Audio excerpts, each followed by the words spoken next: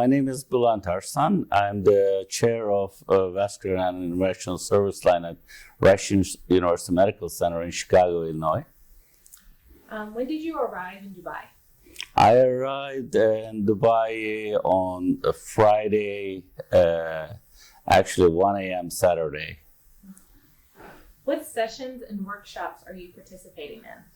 I'm participating in several of them. The Aortic Summit, on two topics in Aortic Summit. One is aortic recanalization, the other is graft infection management and the vascular versus open debate.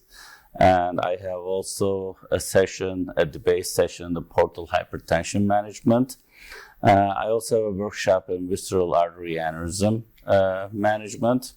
And I did a drive-through session for renal artery stenting. And that's pretty much it. Okay.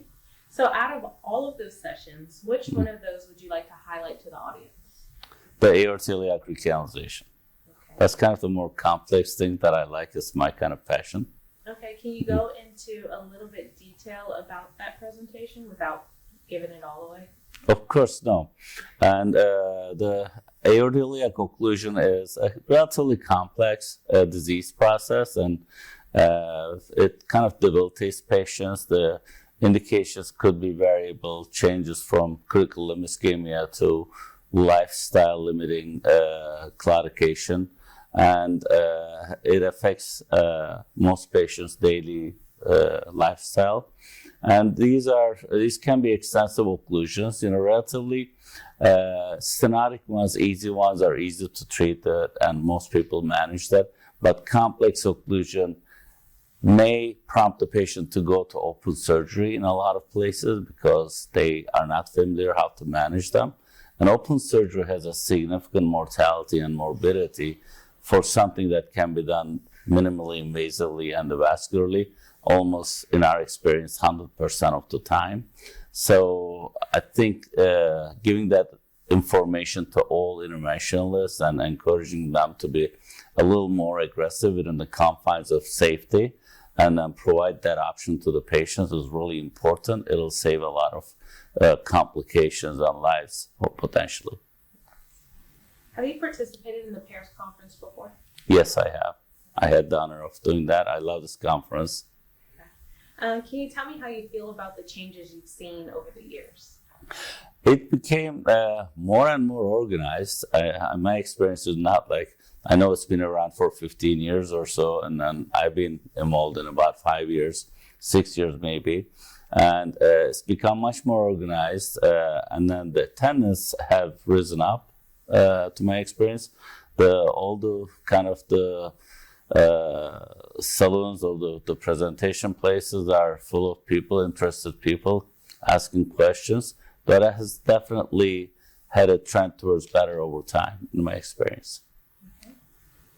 So you are a part of the Turkish Society of Interventional Radiology, or TGRD. Mm-hmm.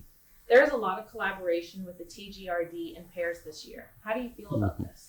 I love that, actually. I think there's a relatively big society in Turkey, and I've been involved with that also during the past 6-7 years. And they do have their annual meeting. They have been doing that for about 17 years as well. In the past 6 years, we converted that meeting into an international meeting by inviting, international speakers from U.S., America, and Middle East.